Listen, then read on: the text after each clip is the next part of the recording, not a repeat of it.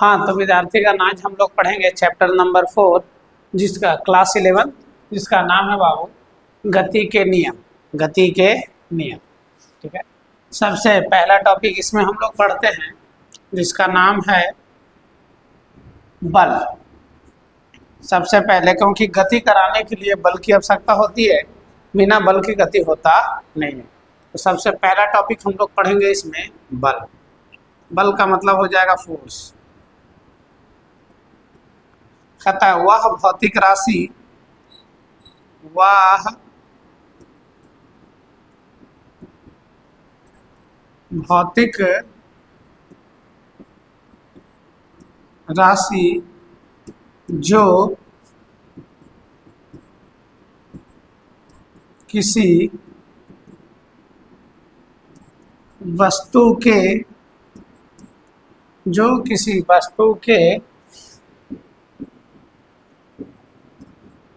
गति की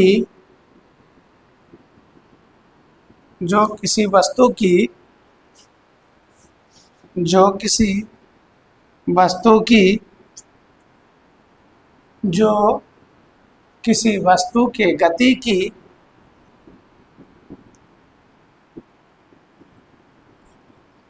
स्थिति में परिवर्तन कर दे,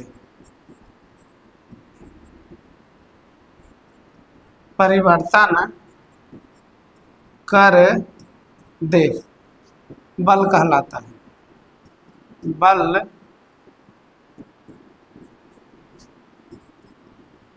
कहलाता है, ठीक है।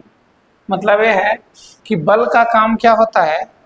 बल का काम है बाबू कि जो वस्तु दिया हुआ है उस वस्तु के गति की स्थिति में परिवर्तन, वस्तु के गति की स्थिति में परिवर्तन। तब वस्तु की गति में स्थिति में परिवर्तन जो होता है यह मुख्य रूप से 3 प्रकार के होगा।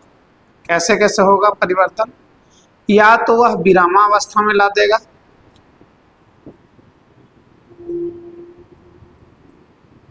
अगर आप बल लगाएंगे तो अगर वह गति की अवस्था में है तो यह हो सकता है कि विराम में आ जाए, या दूसरा हो सकता है कि एक समान वेग से गति करे। इतना वेग लगाइए, इतना बल लगाइए कि वह एक समान वेग से गतिशील हो जाए। और तीसरा कंडीशन होता है इसमें कि इसकी दिशा नियत रहे। दिशा क्या हो? नियत हो। तो 3 कंडीशन होता है बाबू गति की स्थिति में परिवर्तन करने का। जब आप बल लगाते हैं तो या तो विरामावस्था में आएगा, रेस्ट में आएगा, या यूनिफॉर्म वेलोसिटी ले लेगा, एक समान चाल या एक समान गति ले लेगा, या जो आपका डायरेक्शन है वो क्या हो जाएगा? कांस्टेंट हो जाएगा, ठीक है। या होता है क्या? बल की स्थितियां।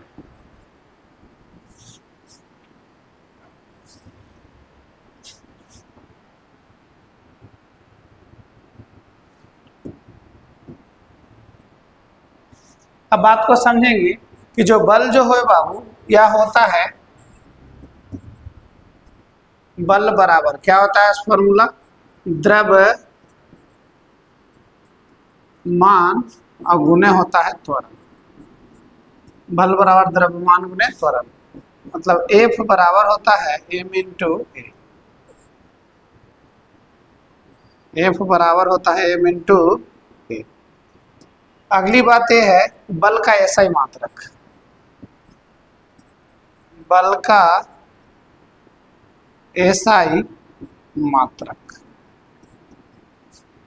तब बल का SI मात्रक जो होगा पता है m के लिए हम लोग kg यूज करते हैं, त्वरण के लिए यूज करते हैं मीटर प्रति सेकंड का स्क्वायर, या इसी को ऐसे लिखते हैं वो, यहाँ हो जाएगा kg, यहाँ हो जाएगा मीटर और यहाँ हो जाएगा सेकंड इनवर्स। ऐसे भी लिखा जाता है और इसी को हम लोग बोलते हैं न्यूटन। और सूचित करते हैं किससे? एन से। इसी को बोलते हैं क्या, न्यूटन, और सूचित करते हैं एन से।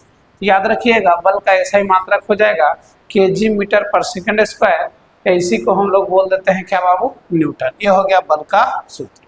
ठीक, अब बल का मात्रक के बाद जो चीजें हमको इसमें पढ़ना है वह पढ़ना है बाबू इसमें कि बल के बारे में अलग अलग वैज्ञानिकों ने, दार्शनिकों ने अलग अलग चर्चा किया था। एक का नाम है, जिनको हम लोग चर्चा कर रहे हैं, इनका नाम है बाबू अरस्तु। अरस्तु की भ्रमकता, अरस्तु की भ्रामकता, अरस्तु की क्या भ्रामकता है उसके बारे में हम लोग चर्चा करेंगे कि अरस्तु साहब के माइंड में क्या चल रहा था बल को लेकर। तो उन्होंने क्या बताया, देखिए बल को लेकर उन्होंने बताया कि किसी भी वस्तु को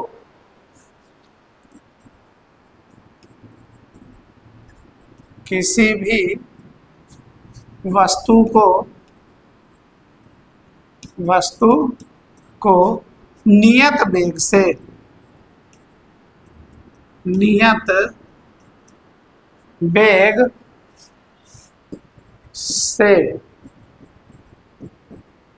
गति कराने के लिए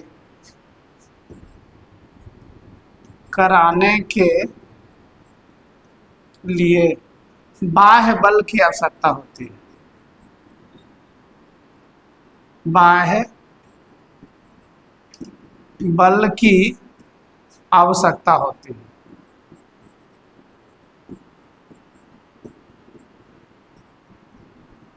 बाह्य बल की आवश्यकता होती है।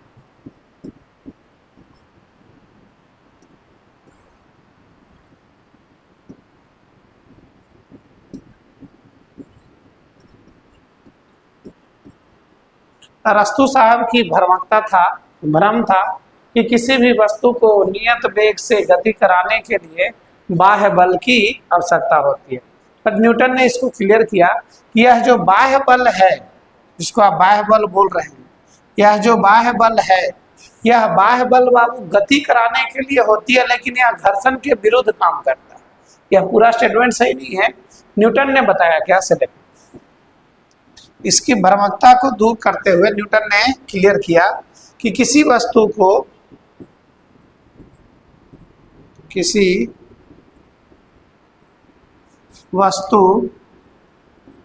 को नियत वेग से गति कराने के लिए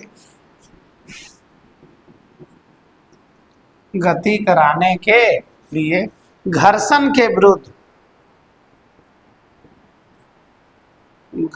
के विरुद्ध बाह्य बल की आवश्यकता होती है।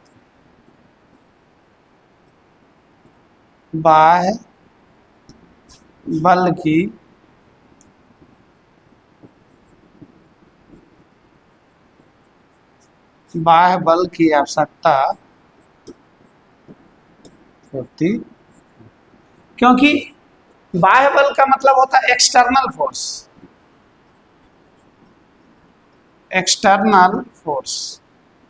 यह जो बाह्य बल लगेगा, बाहर से जो आप बल लगाएंगे, वह घर्षण के विरुद्ध ही काम करेगा, क्योंकि घर्षण आपको रोकने का काम करेगा और बाह्य बल जो है वो आपको पुश करेगा आगे चलने के लिए।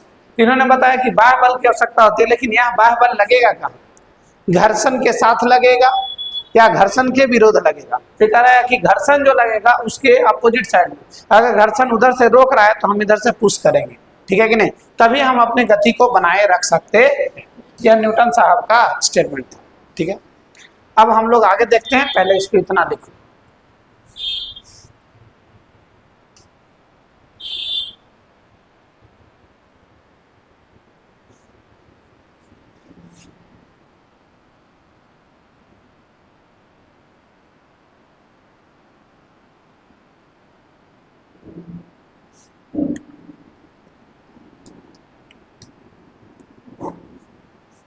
अब इसके बाद एक और आया जिसका नाम था गैलीलियो। गैलीलियो का गोली प्रयोग, देखिए क्या होता है। इसे गोली मारने वाला नहीं है, जो बच्चे खेलते हैं, छोटे छोटे बच्चे, जिसको गांव घर में अंटा कहा जाता है, गोली, ठीक है कि नहीं। आज हम लोग पढ़ेंगे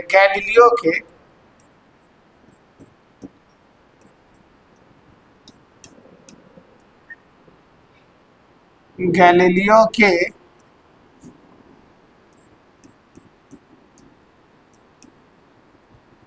गोली प्रयोग।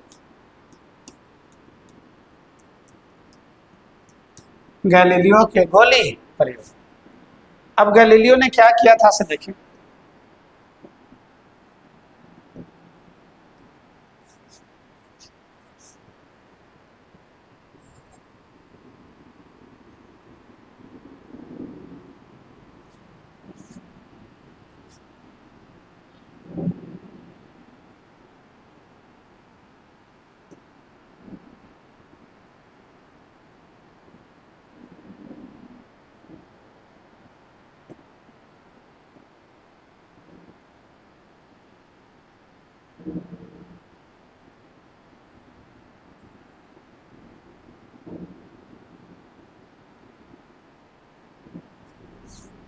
ठीक है,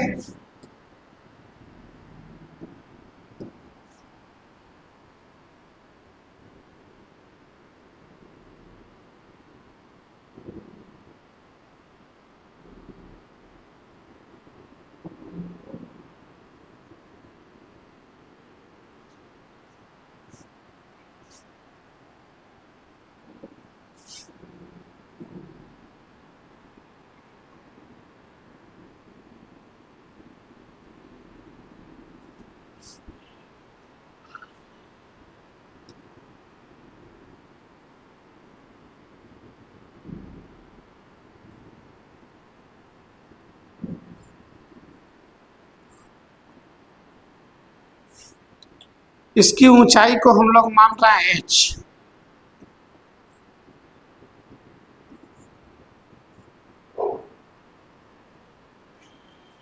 ये ऊंचाई भी क्या होगा, h।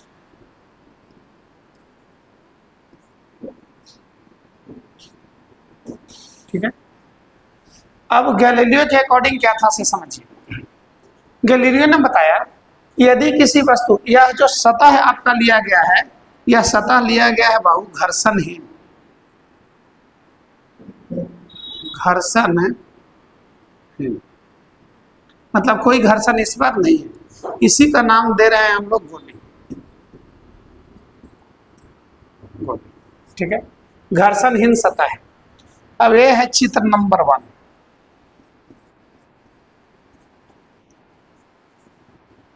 ठीक है, अब ये क्या बताना चाह रहा है इसे देखो, थोड़ा सा बात को समझना।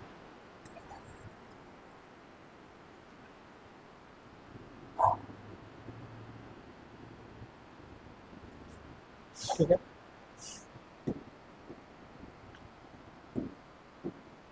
कहता है बाबू गैलीलियो का गोली प्रयोग में है कि एक इनक्लाइंड प्लेन लिया गया, आइस जो बनाया गया है इंस्ट्रूमेंट, इस इंस्ट्रूमेंट को बाबू रखा गया है कहाँ, निर्वात में रखा गया है, जहां पर कोई भी कोई चीज का वहां पर चर्चा ना हो। मतलब यह जो सिस्टम बना हुआ है, इस सिस्टम को बोल रहे हैं हम लोग, जो रखा गया है, इसको रखा गया है किसमें, तो बोलेंगे बाबू यह निर्वात में रखा गया, निर्वात, कोई डिस्टरबेंस नहीं है, जिसको हम लोग बोलते हैं बाबू कि किसी प्रकार का कोई डिस्टरबेंस इसमें लिया गया नहीं है। निर्वाहित कोष बोलते हैं, निर्वात, निर्वात बोलेंगे या निर्वात कोष बोलते हैं, जहां पर कोई डिस्टरबेंस और नहीं। ठीक है, तो हो क्या रहा है कि इसकी ऊंचाई भी h है और इसकी ऊंचाई भी h है। अब जब यह घर्षणहीन है सतह, तो ऊपर से जब गोली को नीचे की ओर ढरकाया जाएगा एक बार, तो वह उतना ही ऊंचाई तक जाता है जितने ऊंचाई से वह आता है, और यह क्रिया सदैव बना हुआ रहता है, यह क्रिया सदैव बना हुआ रहता है। क्यों? क्योंकि घर्षणहीन है, और एक बार जब उसको पुश कर दिया जाएगा तो दोबारा वह कभी रुकने वाला नहीं है। क्या इससे पता चल रहा है कि घर्षणहीन सतह के ऊपर, घर्षणहीन सतह के ऊपर गोली के या किसी भी वस्तु को अगर छोड़ दिया जाए तो जितने ऊंचाई से उसे गिराया जाता है उतना ही ऊंचाई तक वह जाता है और पुनः उसी ऊंचाई को वह प्राप्त कर लेता है। यह होता है कब? जब दोनों प्लेन कैसा हो, इंक्लाइंड हो और दोनों का दोनों ऊंचाई क्या हो, समान हो। मतलब यहां से पॉइंट क्या निकल करके आता है कि समान ऊंचाई, समान ऊंचाई से किसी वस्तु को, यहां पर किसी वस्तु में क्या लिए हैं, गोली,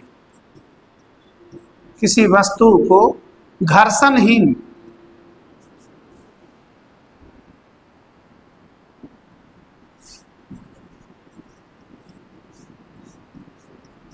घर्षणहीन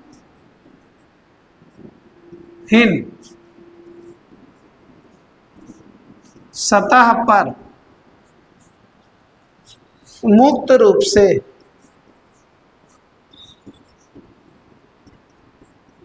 से छोड़ दिया जाए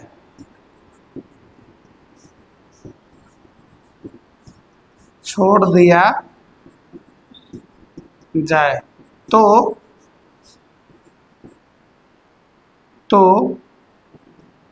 वस्तु अपने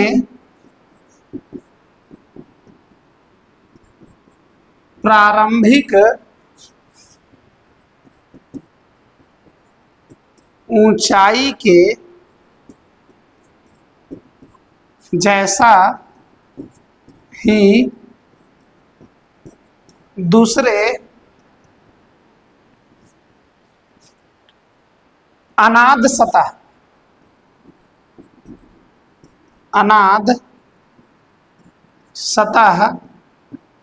पर पहुंच जाता है।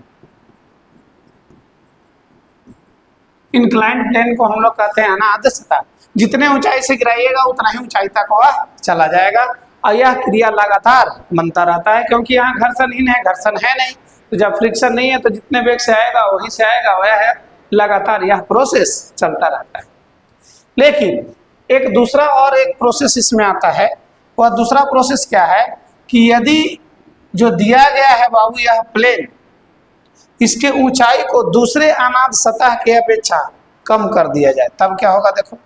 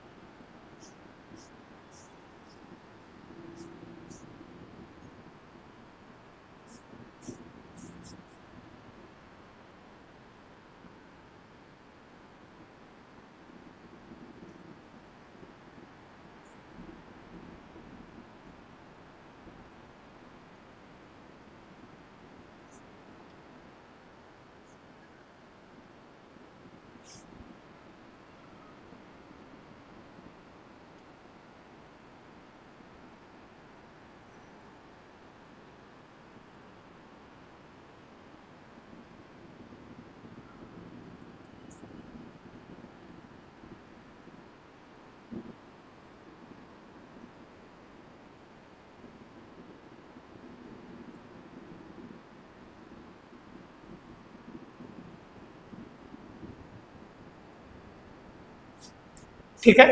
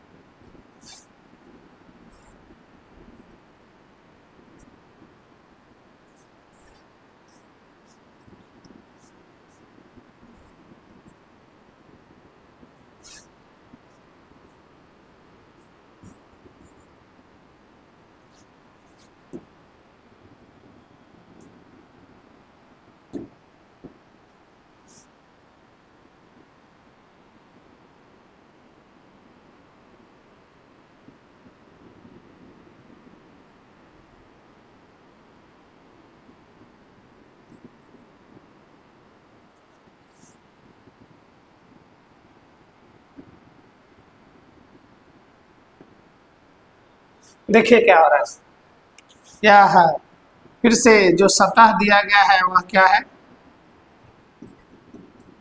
घर्षणहीन है। यह आपका गोली है।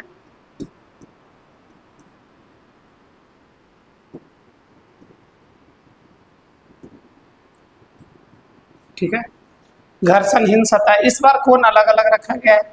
तो देखिए ऊंचाई यहाँ पर जो लिया गया है बाबू, यह ऊंचाई है h। अब यहाँ पर ऊंचाइयां अलग अलग है क्योंकि कोण अलग अलग है।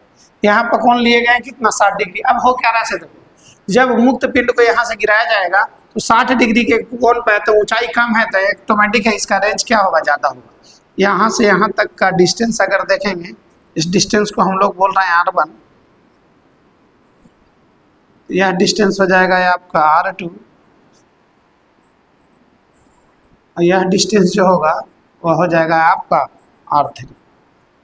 आप देख रहे होंगे कि जैसे जैसे कोण जो अनंत प्लेन है, इसको अनंत प्लेन कहते हैं या इंक्लाइंड प्लेन कहते हैं, जो अनंत प्लेन है इसका कोण जैसे जैसे हम लोग छोटा करते जा रहे हैं, वह प्लेन सरफेस जो है इंक्लाइंड, वह धीरे धीरे डाउन होता जा रहा है।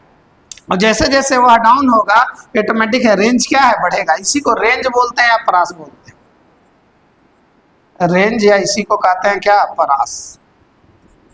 ठीक है, जैसे जैसे ऊंचाई घटेगा आपका रेंज क्या है, बढ़ता जाएगा। एक समय ऐसा आएगा कि जब आपका एंगल हो जाएगा 0 डिग्री, मतलब 0 डिग्री इन द सेंस क्या हो जाएगा, एक्स एक्सिस के समानांतर हो जाएगा। और जब एक्स एक्सिस के ऊपर ही आपका हाइट आ जाएगा, तो जो घर्षणहीन सतह है, ऊपर से एक बार जब बल लगाते हैं तो यह अनंत प्लेन जो है, उस पर से जो गोली गिरेगा वह गोली अनंत बिंदु तक चलता चला जाएगा, जो कभी रुकने वाला नहीं है। क्यों, क्योंकि घर्षण है नहीं, वह चलता जाएगा, क्योंकि फोर्स ऑटोमेटिक लग रहा है और उस फोर्स को कोई रोकने वाला नहीं है। तो इसका जो रेंज हो जाएगा वह क्या हो जाएगा, अनंत तक हो जाएगा। कहाँ तक हो जाएगा, अनंत तक हो जाएगा। मतलब यहां से क्या एक चीज निकल करके आया है, से देखेंगे।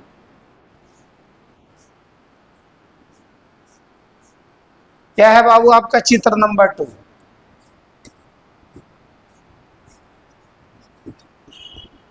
चित्र कौन सा है, 2। चित्र नंबर 2 यह बता रहा है, से देखें चित्र नंबर 2 से क्या पॉइंट निकल करके आया कि यदि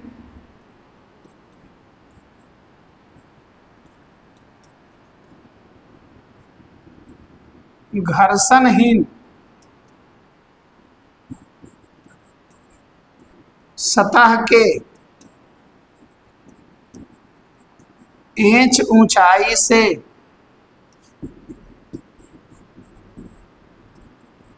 किसी वस्तु को धक्का देने पर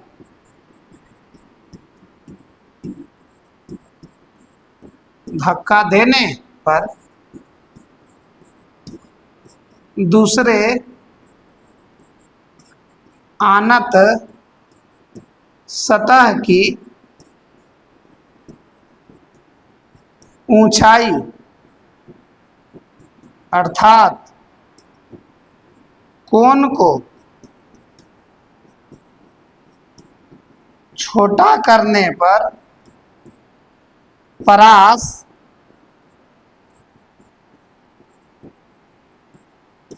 अनंत तक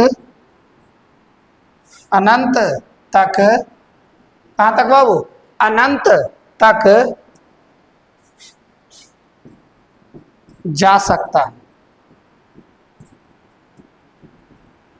मतलब नोट में आप बोल सकते हैं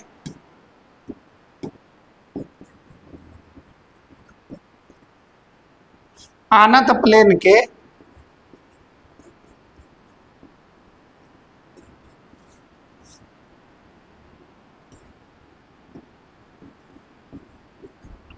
अनंत सतह के एक और कोण को घटाने पर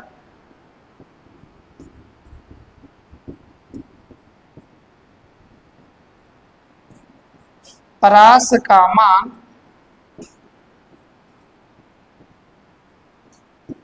अनंत तक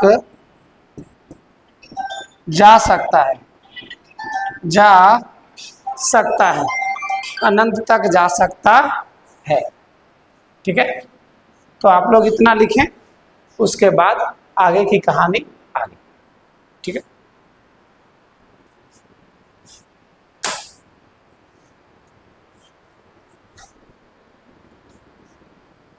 26 मिनट।